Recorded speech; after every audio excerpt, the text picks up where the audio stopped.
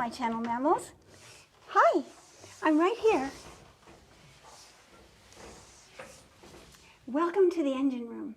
Isn't this a wonderful place for a visit? I hope you enjoy it. Come on with me. First, I'll tell you about my skirt.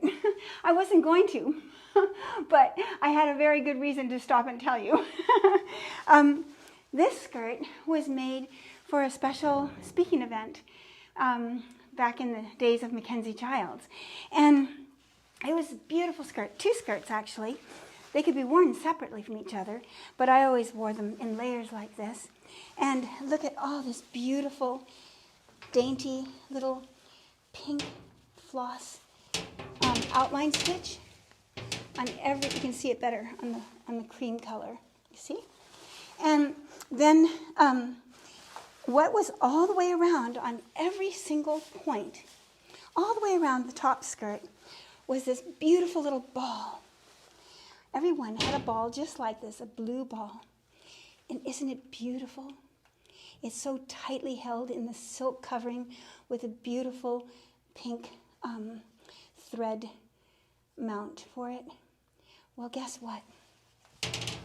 When I took it out of my dressing room, I realized there was only one ball. Now, the balls are made of ping pong balls. Isn't that amazing? Imagine how special that was. And I always loved the idea of them being ping pong balls because they were lightweight and kind of funny.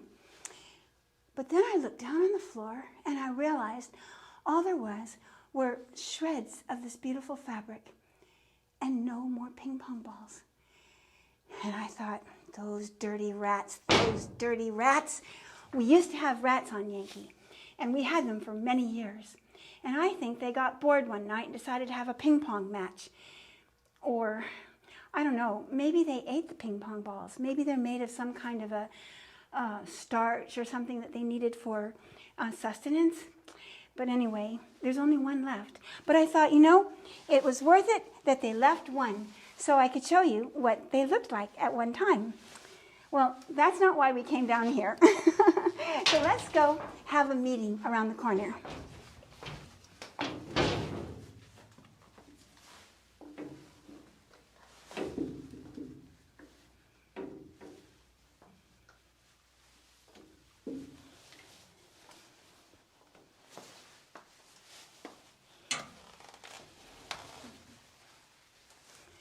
How's this for starts? This way you get to see a little bit more of the engine room. Aren't these beautiful wheels and pipes? And oh, I just love it down here. Well, you know what we're going to start with is we're going to sing a hymn. It goes like this. Love one another, word of revelation. Love frees from error's thrall. Love is liberation. Love is the way the Master trod. He that loves shall walk with God. Love is the royal way. Love knows no evil, neither shade of sadness. Love casts out every fear, lifts the heart to gladness. Love heals our every ill, all the law does love fulfill. Love is our answered prayer. Love now is dawning over every nation, showing true brotherhood, publishing salvation. Love bids all discord cease, conquering hate and throning peace. Love, love alone is peace. I thought that hymn answered every prayer everyone in the whole world has right now. So let's move to a different spot so I can be a little bit more comfortable. This pipe is a little bony feeling. So let's go up to this nice solid foundation here. And I want to talk to you about why I started thinking of this. Here's what happened is after I was in the tree, remember a couple of weeks ago I was up in a big tree, and I was telling you, because it seemed important by then, to tell a little bit, just a rough idea in a way, of what it was like for Richard and me as everything changed in our world with MacKenzie-Childs specifically. So after that, I felt something happening to all of you. And I thought, oh no, I don't want that to happen to you. You wonderful people, so full of charity and goodness and love. And I know that you were just coming to our rescue and realizing maybe what it felt like to go through a situation like that. We didn't even tell you all the things that went on. We tried to keep it on the lighter side and simpler, and not to tell all of our consternations and struggles along the way within ourselves and from without. And so many of you, one by one, would say, you know, we're going to rebel. We're not going to stand for this. We're not going to support the MacKenzie-Childs that isn't you. It's you that we want to support. And I was grateful for that, but at the same time, something was bothering me. And here's what it was. I thought, you know, we had to work and pray and pray and pray to overcome all hurt. And we did. Do you know, we have no hurt. We feel so clear. We feel so complete. We see everything is unchanged in our entire being, except for maybe hopefully getting better every year, every day, every moment. and I thought, you know, we don't want to have said anything that would encourage you to have angst or sadness or harsh feelings of any kind, because, you know, I don't know if I ever told you I hope I can remember it. I should. I think of it often, actually. I guess you'd say the mission statement for MacKenzie-Childs. It was, MacKenzie-Childs brings homeward compliments home to reveal freedom, jubilance, and purity. And I just thought we mustn't tamper with that. That's the core value of home. And that's of each of us in each of our hearts. And I wouldn't want any of you to do anything based on a sense of hurt or hardness of heart or rebellion or disdain. No, we mustn't.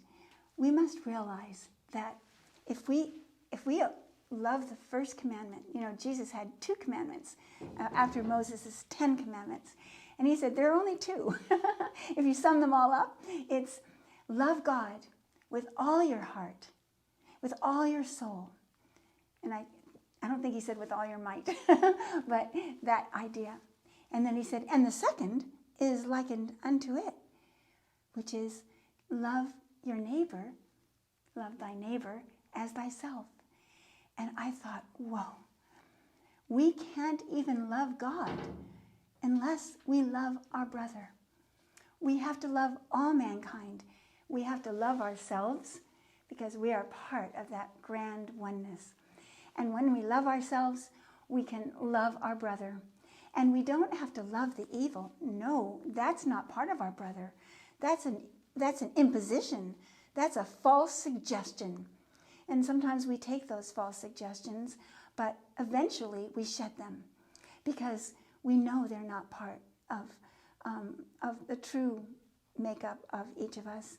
And sometimes we see that happening in people, and sometimes we don't. Sometimes it may happen in a different time or place, but it always does, because God's children are just so embraced, so protected from evil. Evil has no power. And look, it hasn't touched us, has it? It's like there's been no time, no space, only spiritual growth. We don't have material things. We have had to learn kind of a frontiersman's way of making it through the rough spots. But my goodness, I wouldn't trade any of those. All of this, and it's brought us to this place, this beautiful sculpture, right here, together with you, hand in hand. I've never seen anything so complete. How could anyone ever, any of us, wish for more of MacKenzie-Childs? It hasn't taken us apart. It's only brought us together. And I feel that for the company that took MacKenzie-Childs, in all the ways where they actually stopped us from selling our own new work of MacKenzie-Childs Emprise, Victoria and Richard Emprise and so forth, it's all gone and faded away. It doesn't matter. And, you know, we've grown past really needing to feel we need to make product, although we love doing it when we are doing it, every minute of it. And but, you know, at the moment, at this very moment, we're doing the most important thing in the world, and we're doing it together. We're changing the world together. Do you realize there's a great awakening going on all over the globe? And people are rising up out of sloppy ways of thinking, oh, well, we can live this way and we can also have our American dream. Or we can, you know, we don't need to be grateful every day, or we don't need to fight to keep our thought straight and clear. That'll come when we're ready. and I think that a lot of sloppy, undisciplined behavior, like spoilt children, has come and muddied the waters here, the swamp. And it seems to have kind of been working on the whole world around us as well. But it has no power. And what we're doing, we're not speaking about the world and what's going on and who said this and who said that. That's not what our mission is. Our mission is to break through everything and go to the top of the mountain and breathe the fresh air and embrace all the world in love every minute. Every time there's a bad report, we swap it out for the truth that's actually going on. And the more we can do that, and I'm talking to myself here, because a lot of times I'll get in a right harumph about what's going on, but I need to say, you know, we're not going to go down into the pit. We're going to lift everyone and ourselves up above. And we don't do that by ourselves. All we have to do is turn for a split second to the awesomeness and goodness of our Maker, and we see it being popping up all around us. Now, this cyberspace experience, where we have the patrons through Patreon, that group is going to grow. It's going to become the center of our work, and we're going to become a mighty force just by the way we work together, meet together, go forward. And yes, we can make t-shirts and mugs and beautiful things and share those amongst with everybody. That I'm sure will come. But right now, we're just going to focus on this wonderful voice that is just going out all around us and circling us in love. Nothing is going to stop that. That's what we need to do right now. We need to be Minutemen and women. We need to be right at the gate of our thought, not admitting anything but truth. And truth is that we love and embrace everyone. It doesn't matter what we buy, what we support, it doesn't matter. It just doesn't matter. All supply is from above anyway. So let's make sure our hearts are pure. And through that, and I'm not talking to you like a Sunday school teacher. I talked to myself in church yesterday after reading the lesson all week. Suddenly, all the lights went on, and I thought, we don't want to perpetuate this. We don't want to accept it. We don't even want to be grateful for it. We want to be grateful for the fact that nobody is harmed in the truth. No one can be harmed by this truth. We always thought it was going to hurt somebody if we kept fighting that the truth be known. But we finally just now, realized it's not hurting. It's blessing everyone. So let's just settle there and move forward and get what you need to get. We'll never be able to be what MacKenzie-Childs now is. I mean, gobs and just gobs and every form and shape of materials and so forth. Oh, that takes many, many, many years to build. And right now, we're just going to stay with what we have at hand. We don't have the funds to start a company of manufacturing.